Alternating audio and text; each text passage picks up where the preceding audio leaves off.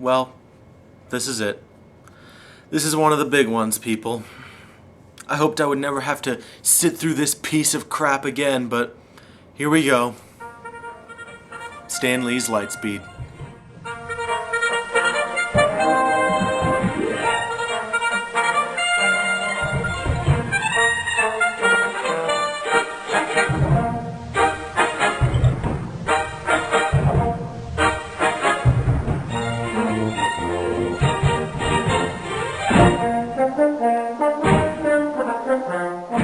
This B film, released in 2006, is produced by, among others, Stan Lee, and it certainly shows.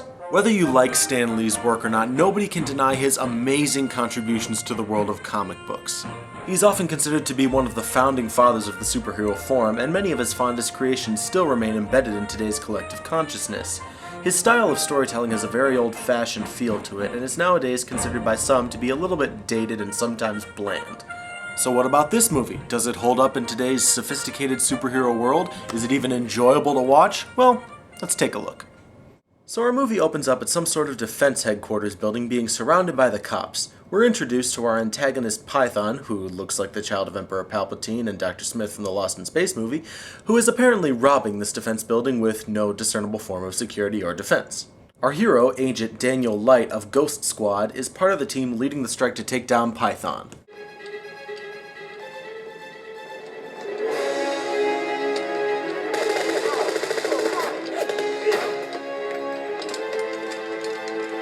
Yeah, brilliant terrorists. Here's a tip. Maybe you should actually have your weapons out while you're looking for the cops that you know for a fact are closing in on your location.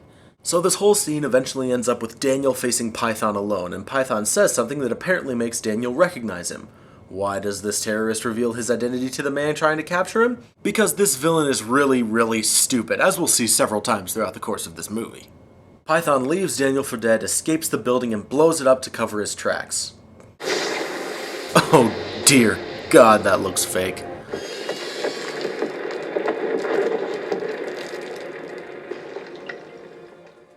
So now we go into a flashback. Daniel is talking to an old friend of his named Edward Bartlett. Edward is working on a genetically engineered snake skin that can apparently bond to human skin and repair it instantly.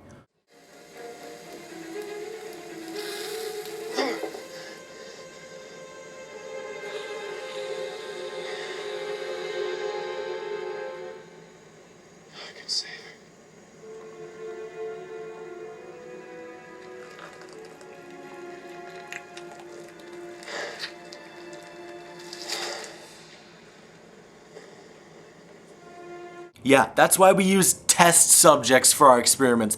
Brilliant scientific mind.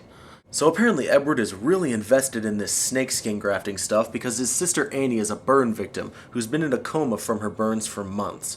But Daniel finds out that Edward's grant has just expired and is not going to be reinstated. Because of this, Annie ends up passing away in the hospital. Edward is understandably upset and decides to torch his lab to make sure nobody takes his research, but unfortunately he catches fire himself in the process. Come on, dude, it's like mopping the floor. You never burn yourself into a corner. He then uses the skin grafting machine on himself to give himself a reptilian exterior. You know, the procedure that just a mere day ago failed completely? We then cut back to the present, where the building's rubble is being sorted through. They find Daniel's body amongst the rubble and rush him to the hospital. Yes, apparently Daniel was able to survive the goddamn skyscraper exploding and collapsing on top of him. Oh, but don't worry, the movie gives the middle finger to physics so much worse than that, as we'll see later on. The doctor tells Daniel's team that he's going to be out of commission for a while, but thanks to a new radiation treatment, he'll be able to heal faster than usual. Ooh, radiation treatment. I wonder if that'll give him superpowers. This movie is just throwing me for so many loops. So Python breaks into the hospital and finds Daniel. He decides to kill him by giving him an extremely high dose of the radiation treatment. Oh no, if only this were a Stan Lee story where radiation is never ever harmful! Surprise, surprise, Daniel survives, and he informs his friends in Ghost Squad that Edward Bartlett and Python are one and the same, and that Edward wants revenge on the government for pulling his funding and letting his sister die. Daniel's girlfriend promises him that she'll look into it. The next few months pass by in montage form as we see Daniel getting better and better. Eventually he gets moved to a safe house to recuperate while hiding from Python, who wants him dead. But suddenly Daniel finds that he has the ability to move at incredible speeds.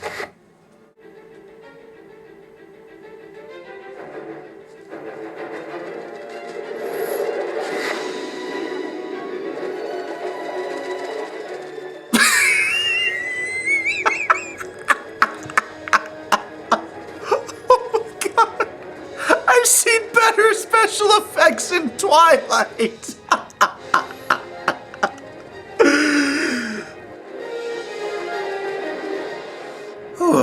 Okay. So, evidently the radiation has increased his metabolism to incredible levels, but fortunately the doctor has created a special serum to help stabilize his metabolism. Daniel asks the doctor not to tell anyone about the MacGuffin juice because if people know about his metabolic issues, he'll be kicked off of Ghost Squad permanently. Daniel's girlfriend also informs him that nobody has been able to confirm that Edward is Python.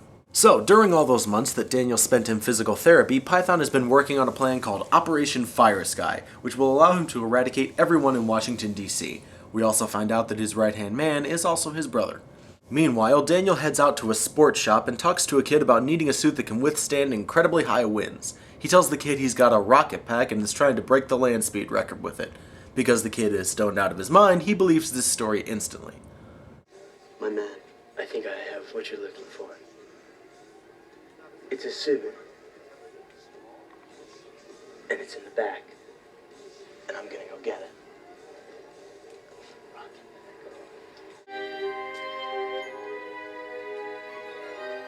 Oh my god, that outfit looks silly. Kick-Ass had more dignity, for Christ's sake.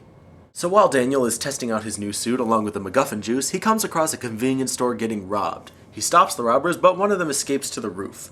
Why he tries to escape via the roof, I have no idea, but there you go. The crook ends up backing off the roof and gets killed by the fall. Of course, everyone thinks that Daniel pushed him and the papers dub him Lightspeed. The reporter's flare, and now we gotta deal with some... Lightspeed? Hero or menace? Gee, Stanley, does that sound familiar?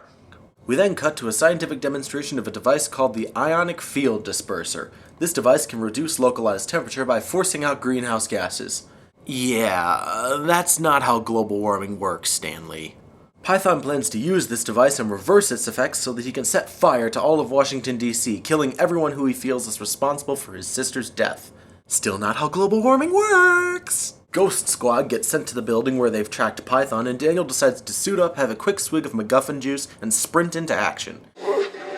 He shows up at the scene and has a fight with Python, who informs him that people need to pay for what happened to his sister Annie. Anne wouldn't want to say her name. You know, I have a little question for this movie. Python keeps talking loudly and in public about his sister Annie dying because his grant was pulled. It's common knowledge that his right-hand man is also his brother, and he has reptile skin, which is what Edward was working on when he supposedly died in the fire. How can nobody figure out who this guy is? He doesn't exactly make an effort to hide it. This guy really knows how to cover his tracks. Bullshit!